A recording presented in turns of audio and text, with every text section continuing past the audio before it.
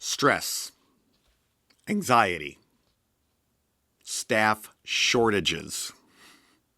Sound familiar to you? They sound familiar to me.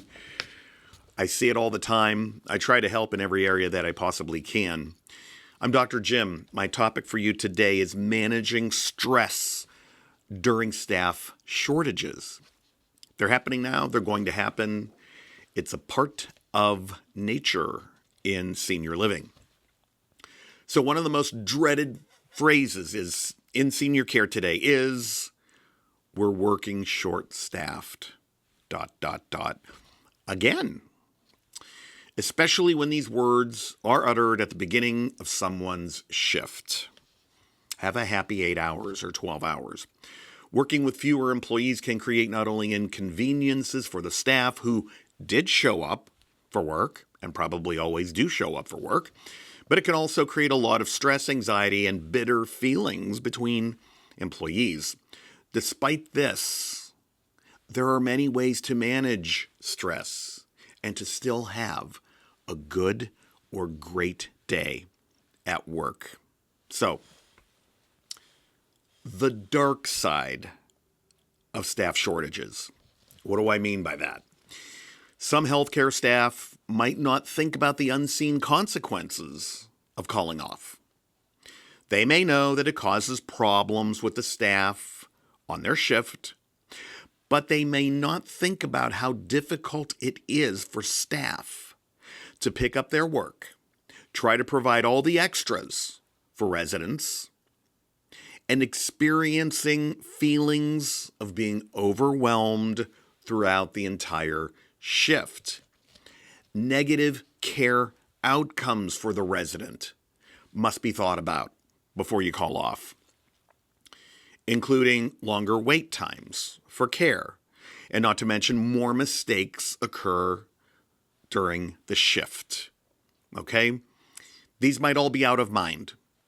More errors, med errors, falls, slips, trips, mistakes, burning out staff. When word gets out into the community that a facility experiences frequent call-offs, its reputation can be tarnished and damaged. And recruiting good employees might become even more challenging because they may not necessarily want to work within a culture with a bunch of call-offs. Let's talk about how to manage stress when the call-offs are coming in. Leadership, including managers, supervisors, and really good lead STNAs, nursing assistants, or CNAs, whatever you call them out there, they can make all the difference in managing, reducing, or even eliminating stress during staff shortages. How? Start with crystal clear communication. Say what you mean what you say right out of the gate. Use crystal clear communication when letting the staff know, hey, we've had some call-offs. This is how we could handle it. You know what? We work better as 3 employees than 4. A good team knows that sometimes they may work even better when the employee who called off is not there.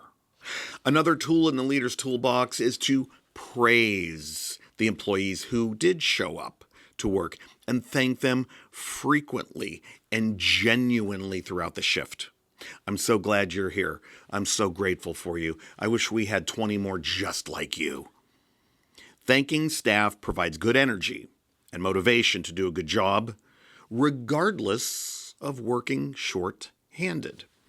Leaders can also jump in and get their own hands dirty alongside their team. That is a morale booster.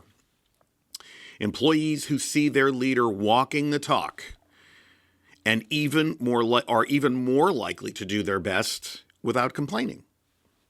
And when leaders are on the floor, they can monitor their staff's energy and remind them to take a break, relax. I got this. I'll take care of it for you.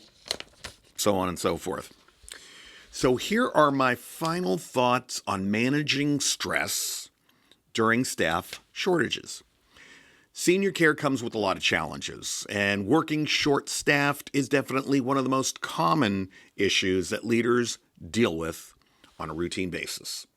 While this can cause a lot of stress to your employees, there are some very simple things that you could do to try to minimize stress and normalize the day. First of all,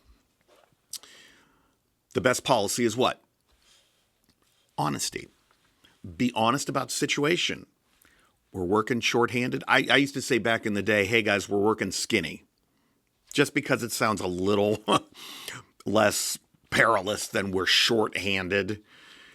And of course, never let residents hear you say that. Never let family members hear you say that either.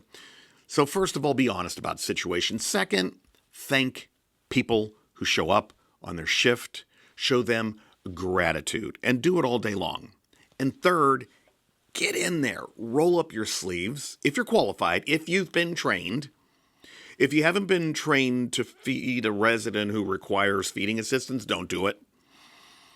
But if you have been trained, get in there. And if you have other leaders in your building, get them out there too. Those interventions, those three things: be honest, be thankful, jump in and work side by side. Those can not only reduce stress, but they can motivate your staff to become even a better, stronger team. So I'm Dr. Jim. Keep coming back for more information. I love researching these topics and sharing them with you. I hope you enjoyed the video. And if you're looking for online continuing education, CEUs for your own license, check out CEU Academy, where we create fresh content every single year, very timely, important topics. And tell your colleagues who are licensed healthcare professionals as well. Follow the link below and check out ceu.academy.